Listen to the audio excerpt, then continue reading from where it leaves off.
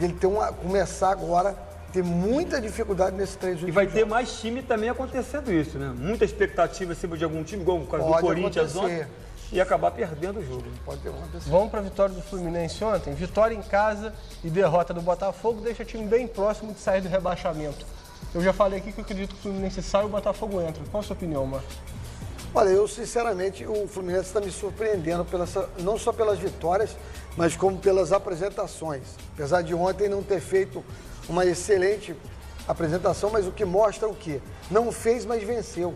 E isso acaba sendo muito bom. Os 3 pontos aqui é o importante. Está acontecendo com o Flamengo também, não fez uma boa partida, mas ganhou ganhou de o jogo. 2-0. Aí eu encontro com algumas pessoas que comentam isso. Ah, mas não jogou muito bem, mas venceu.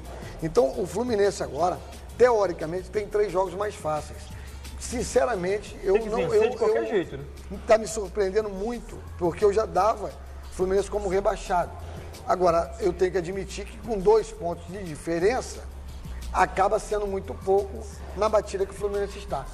Pode ser que o Fluminense, nessa reta final, consiga superar o Botafogo, já que o Botafogo não vem fazendo bons jogos. Tatão, em relação ao Fluminense, todo mundo fala que o Fred aí é o símbolo dessa reviravolta do Fluminense dentro do campeonato, mas a gente está vendo aí esse Maicon, um garoto novo, fazendo gols, dando passo para gol.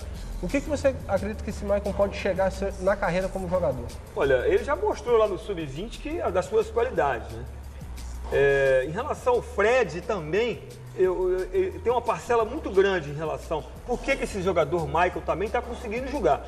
Porque o Fred não é só essa liderança toda que a gente está vendo, ele não é só esse artilheiro, ele está conseguindo dividir a euforia dele, a sua motivação com os outros jogadores. Você vê que não foi só o Fred que subiu, o time do Fluminense inteiro subiu. O Conca mesmo, que é um bom jogador, ele tem feito ótimas partidas, tem feito ótimas assistências e o Maicon está acompanhando ele, porque é um jogador jovem e tem talento.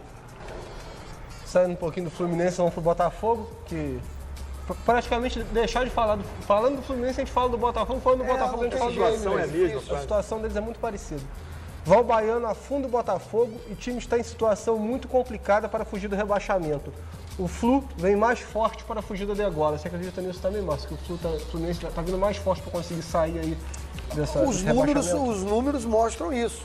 Agora, os números podem também mostrar o contrário na próxima rodada. Vai que o Fluminense vai jogar contra o Sport, aparece uma mala branca lá, é um Natalzinho um pouquinho maior, que o jogador quer. Isso tudo influencia.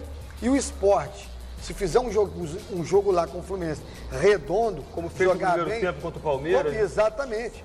Pode ser que o Fluminense tenha complicações lá. Por que não? Só que a situação agora, Tatão, mesmo o Fluminense pode nessa rodada sair da zona de rebaixamento. Se ele vencer, o Botafogo não precisa nem vencer, só empatar ou perder, o Fluminense passa o Botafogo.